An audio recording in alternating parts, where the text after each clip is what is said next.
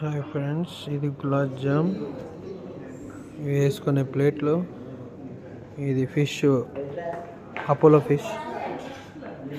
Fish curry. ఇది వచ్చేసి గోంగూర chicken. తర్వాత వచ్చేసి కరేపాకు అన్నం, కరేపాకు రైస్. తర్వాత వచ్చేసి వైట్ రైస్, సాంబార్, పప్పు, ఇక నాన్ రోటీ వస్తుంది. తర్వాత ఇది పన్నీర్ కర్రీ నాన్ రోటీలో. ఇది వడ, స్వీట్ వడ, పాపడ్స్,